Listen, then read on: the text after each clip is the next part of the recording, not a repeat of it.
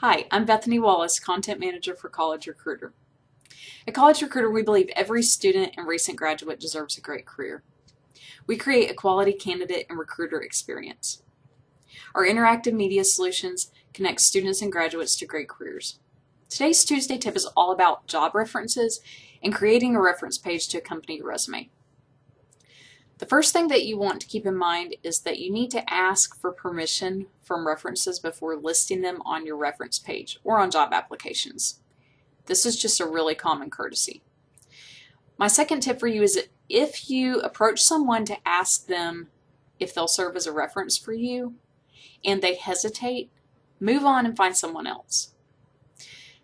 You definitely don't want to list someone as a reference and take a chance on them not saying really positive things about you.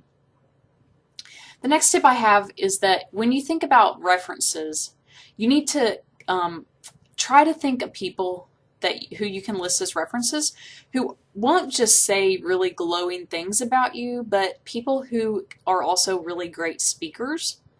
So you want to avoid listing people like the professor you had in college who was really kind and supportive of you, but who was not really great at speaking off the cuff. You want to list people who are clear and concise and who can just say something really positive very quickly about you.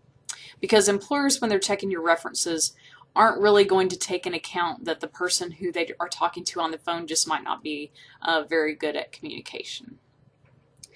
The next thing that you want to do on your reference page is list more references than the bare minimum. Most employers are going to typically ask for about 3 references, so it's really better if you can list about 5 references, maybe 7.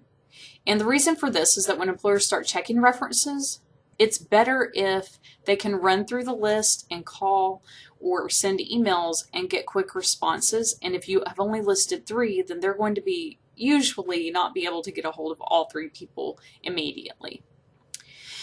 The next tip that I have for you is to offer some variety. So you don't want to list all 5 of your references as former professors. There's no variety there. All those professors can speak to is your academic accomplishments or your educational background. So you want to try to come up with a balance between your work history, your educational background, even maybe your volunteer efforts. So if you have volunteered a lot, then maybe list someone who you volunteered with or the director of a nonprofit organization or someone like that. And you might want to consider that you also need to maintain updated contact information for your references. This is really important because you don't want to put that kind of work on the employer when you're applying for jobs. It's really not their job to track down your references. And then the last thing is always say thank you to your references. They've done you a great service by serving as your reference probably over and over again.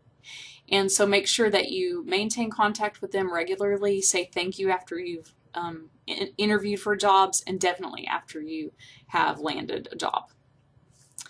Be sure to follow College Recruiter on our blog at collegerecruiter.com and on Facebook, LinkedIn, Twitter, and YouTube.